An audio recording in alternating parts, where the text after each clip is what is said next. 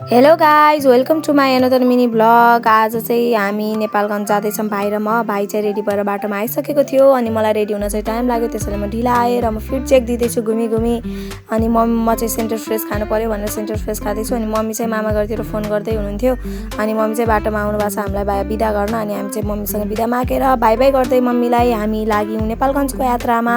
आज चाहिँ सरस्वती पूजा थियो अनि मैले चाहिँ ब्लग एडिट गर्न टाइम लाग्यो, त्यसैले मैले आज पोस्ट गर्दैछु यो भिडियो चाहिँ।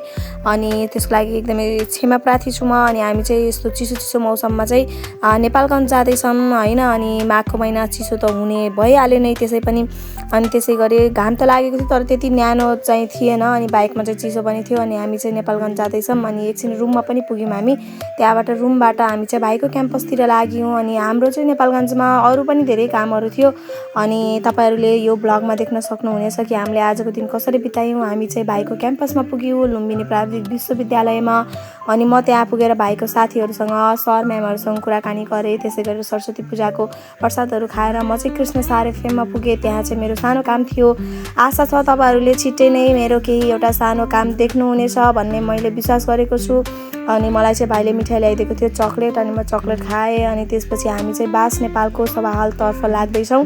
बास नेपालको हलमा चाहिँ आज कार्यक्रम थियो स्वतन्त्र पत्रकार सङ्घ नेपाल बाँके शाखाको हरिजमुना पत्रकारिता पुरस्कार प्रदान कार्यक्रम। त्यहाँ पुगेर धेरै कुराहरू सिकियो, चिया बिस्कुट पनि खायौँ। अनि त्यसै गरेर पुरस्कृत हुने पत्रकारजीहरूलाई बधाई दिँदै हामी चाहिँ बास नेपालबाट घरतर्फ लाग्दैछौँ। बास नेपाल भ्रष्टाचारीलाई प्रवेश निषेध। हामी चाहिँ प्रवेश गर्न सफल भयौँ किनभने हामी भ्रष्टाचारी होइन।